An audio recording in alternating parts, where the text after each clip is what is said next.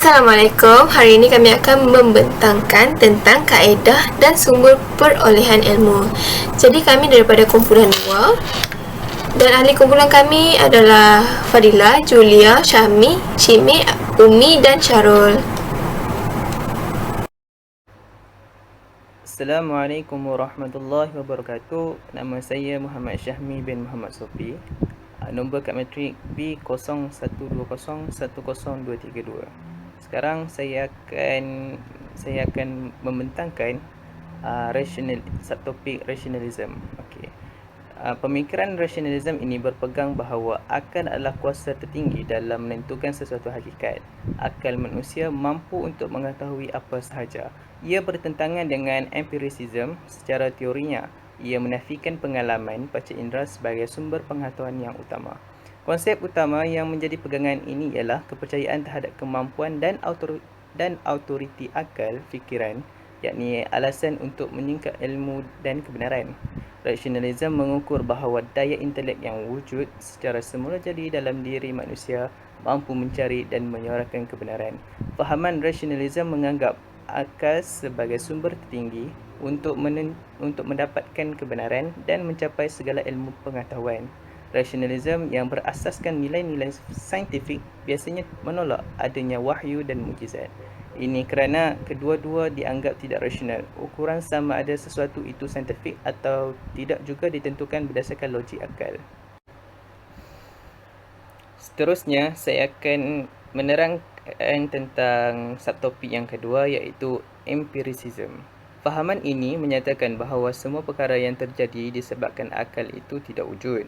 Bahkan apa yang wujud hanyalah dirinya semata-mata yang menjadikan manusia itu mengetahui sesuatu perkara. Atau dengan kata lain, semua pengetahuan ini diperolehi berdasarkan pengalaman yang pernah dilalui dan dunia hanya boleh dijustifikasikan oleh pengalaman. Mereka juga menolak kewujudan naluri dan hanya berpegang dengan dirinya sahaja sebagai sumber pengetahuan. Antara tokoh barat moden yang mengembangkan aliran empiricism ini ialah John Locke. Beliau menganggap manusia dilahirkan dengan akal yang kosong yang kemudiannya dicorakkan oleh pengalaman panca indera mereka. Secara ringkasnya, fahaman ini tidak mempercayai konsep wahyu seperti azab kubur kerana tiada siapa yang pernah melalui pengalaman itu. Sekian daripada saya. Terima kasih. Tajuk seterusnya adalah berkenaan dengan skeptisisme. Skeptisisme merupakan sikap meragukan tuntutan pengetahuan yang dinyatakan dalam pelbagai bidang. Skeptis telah mencabar kebolehpercayaan tuntutan ini dengan menanyakan perisi apa yang mereka berdasarkan atau apa yang sebenarnya mereka bentukkan. Mereka telah mempersoalkan apakah beberapa tuntutan tersebut benar, seperti yang diduga tidak dapat disangkal atau semestinya benar, dan mereka telah menentang alasan-alasan yang dianggap rasional dari anggapan yang diterima. Skeptisisme ini atau keraguan falsafah datang dalam pelbagai bentuk. Yang pertama, radikal. Menafikan bahawa pengetahuan atau kepercayaan rasional adalah mungkin dan menggesa kita untuk menangguhkan penghakiman pada banyak atau semua perkara yang kontroversi. Pada peringkat sederhana, dalam bentuk yang sederhana, menuntut bahawa tiada apa yang dapat diketahui dengan pasti atau bahawa kita boleh mengetahui sedikit atau tidak mengenai soalan besar dalam kehidupan seperti apakah Tuhan ada atau apakah ada kehidupan akhirat. Yang seterusnya adalah agama. Keraguan mengenai asas-asas keagamaan seperti keabadian, ketaatan dan wahyu. Dan yang terakhir adalah dari segi bentuk saintifik, berangkumi menguji kepercayaan untuk kebolehpercayaan dengan menundukkannya kepada penyiasatan sistematik menggunakan kaedah saintifik untuk menemui bukti empirikal untuk mereka. Assalamualaikum. Nama saya Nur Fadila Tashir binti Fadli dan saya akan cerita tentang wahyu dan tradisi. Jadi apakah itu wahyu? Wahyu merupakan sumber pengetahuan yang disampaikan Tuhan kepada manusia pilihan. Dari segi istilah, wahyu adalah segala yang disampaikan Allah kepada Nabi dan Rasul berupa ajaran ataupun perkabaran dalam bentuk sejarah, cerita, hukum hakam, peristiwa akan datang, perkara gaib dan lain-lain. Contoh dalam ajaran Islam, wahyu diturunkan daripada Allah kepada Nabi Muhammad melalui perantaraan Malaikat Jibril. Wahyu juga bersifat mutlak dan merupakan sumber rujukan tertinggi bagi umat Islam. Kalau dalam Islam, Al-Quran ni merupakan sumber utama pelbagai bentuk ilmu seperti sejarah, metafizik, sosiologi, sains dan sebagainya. Dalam surah Al-Alaq juga telah jelas menunjukkan bahawa sumber segala ilmu adalah dari Allah, kerana Allah yang mengajar apa yang tidak diketahui oleh manusia. Jadi maksudnya di sini ilmu Allah itu adalah infinity, macam tidak terbatas. Jadi sumber rujukan kita adalah Allah, iaitu Al-Quran. Seterusnya, intuisi dan ilham. Intuisi ialah ilham akal, naluri fikiran dan jiwa aktif yang berpindah dari permulaan hingga ke akhir tanpa perantaraan, tanpa sengaja dan tanpa kemahuan sendiri. Keupayaan intuisi berbeza antara manusia. Intuisi merupakan satu gerak hati yang dilakukan mengikut naluri semulajadi. Contohnya, apabila seseorang itu lapar, maka dengan sendirinya dia akan mencari makanan. Seterusnya, ilham. Ilham ialah satu tanggapan emosi secara langsung yang terbit di dalam hati manusia. Ilham juga berupa wahyu, bukan wahyu kenabian, kerana Allah SWT memasukkan ilmu terus ke dalam hati seseorang yang dikasihinya seperti para ulama, orang soleh dan sebagainya. Malah di dalam Al-Quran, perkataan wahyu digunakan juga kepada manusia dan haiwan. Ilham ialah suatu kashf, iaitu seseorang yang nampak atau mengetahui sesuatu yang tidak diketahui oleh orang lain tanpa belajar. Ia hanya berlaku kepada manusia yang bersih dirinya, zahir dan batin, serta mengawal nafsu dengan tidak melakukan sesuatu yang dibenci oleh Allah SWT.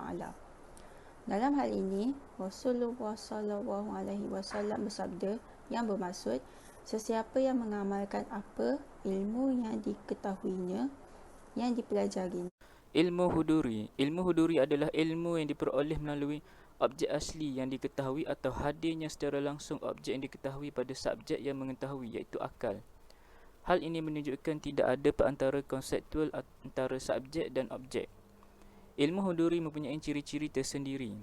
Yang pertama, ilmu huduri mempunyai kebebasan dari dualisme kebenaran dan dualisme kesalahan, kerana intipati corak ilmu kehadiran tidak ada kaitan dengan konsep persuratan. Ilmu huduri mempunyai kebebasan dari pembezaan antara pengetahuan dan konsep dan pengetahuan dengan percayaan. Menurut Mullah Shadra, huduri merupakan cara memperoleh ilmu pengetahuan dengan cara perenungan dan penghayatan terhadap sesebuah objek sehingga ia hadir dalam kesedaran seseorang. Konsep huduri adalah kemampuan manusia melihat keseluruhan keberadaan yang diperoleh melalui mukasyafah dan musyahadah setelah memperoleh cahaya dari Tuhan. Ilmu huduri terbahagi kepada dua, iaitu ilmu huduri sederhana dan ilmu huduri ganda.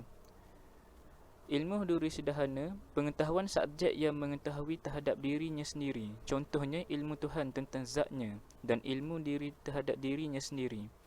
Yang kedua, ilmu huduri ganda.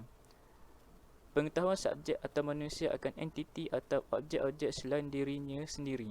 Ilmu huduri jenis ini terdiri daripada beberapa hal, iaitu ilmu sebab dan akibat, ilmu akibat dan sebabnya, ilmu subjek akan bentuk-bentuk konseptual atau mental atau bentuk diri materia.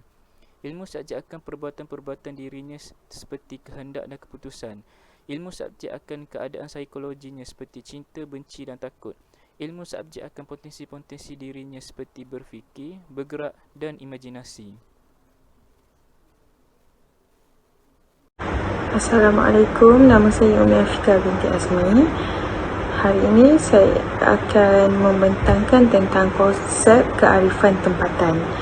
Kearifan tempatan adalah satu terma ilmu yang dibentuk bagi menjelaskan satu keadaan, budaya dan ilmu bagi sesuatu masyarakat atau kawasan.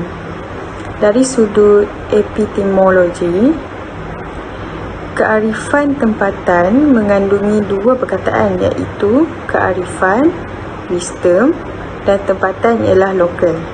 Secara prinsipnya, setiap perkataan tersebut perlu difahami untuk mendapat penjelasan makna umum kearifan tempatan. Tempatan bererti lingkungan kawasan dan serantau, manakala kearifan adalah seperti berhemah. Kearifan diterjemahkan sebagai wisdom dalam bahasa Inggeris. Menurut Eckhoff, wisdom terletak di tingkat teratas dalam piramid pengetahuan atau dipanggil sebagai knowledge pyramid. Seperti yang kita boleh lihat di gambar raja ini, wisdom terletak yang paling atas, seterusnya adalah understanding, yang ketiga knowledge, yang keempat information dan yang terakhir sekali ialah data. Untuk data, ianya terhasil daripada pemerhatian dan pengukuran yang rambang. Maklumat pula terhasil daripada analisis terhadap hubungan dan kaitan antara data, di mana ia mampu untuk menjawab persoalan siapa, apa, di mana dan bila. Seterusnya, knowledge atau pengetahuan pula terhasil daripada himpunan wajar terhadap maklumat yang mampu menjawab persoalan bagaimana. Understanding ataupun kefahaman akan menjawab persoalan mengapa. Dan akhir sekali, yang paling atas ialah wisdom. Ianya terbina melalui pengetahuan, komunikasi pengetahuan dengan pengguna dan melalui tindak balas. Menurut Allen, wisdom adalah sesuatu yang menjangkaui pengetahuan.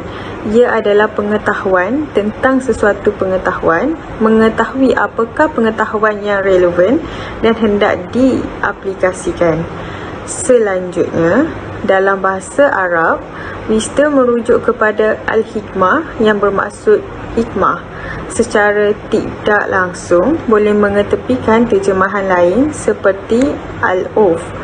Manakala knowledge merujuk kepada makna ilmu dan makrifah. Makrifah adalah lebih umum dari ilmu. Ilmu adalah khusus kerana tidak didahului kejahilan. Manakala makrifah ada kalanya didahului kejahilan dan ada kalanya tidak didahului kejahilan. Makrifah boleh disebut sebagai gambaran sedangkan ilmu adalah pembenaran. Subtopik terakhir adalah hikmah. Hikmah atau al-hikmah bererti satu ilmu yang digunakan untuk mencari hakikat sesuatu sebagaimana keadaan sebenarnya yang ada dalam kadar kemampuan manusia. Boleh juga ditakrifkan sebagai kondisi kekuatan akal dan amali yang seimbang dan tidak berlebihan. Ia dikategorikan sebagai ilmu teori dan bukan ilmu alat. Hikmah terbahagi kepada tiga makna iaitu kurniaan, ilmu dan perbuatan al-mutalatah seperti matahari dan bulan. Dalam tradisi ilmu Islam, berdasarkan tafsiran Quran dan hadis, hikmah difahamkan sebagai suatu ilmu yang dikurniakan oleh Tuhan kepada hamba-Nya yang terpilih mengikut darjat dan martabat masing-masing. Contoh, dalam Islam yang tertinggi merupakan baginda Nabi Muhammad SAW. Ia merupakan suatu daya pertimbangan yang saksama. Ia juga kefahaman tentang kedudukan setiap sesuatu di alam semesta ini. Oleh itu, sebilangan besar sarjana Muslim silam tidak menafikan akan beberapa kebenaran yang muncul oleh individu-individu seperti Aristotle dari zaman Yunani atau Confucius.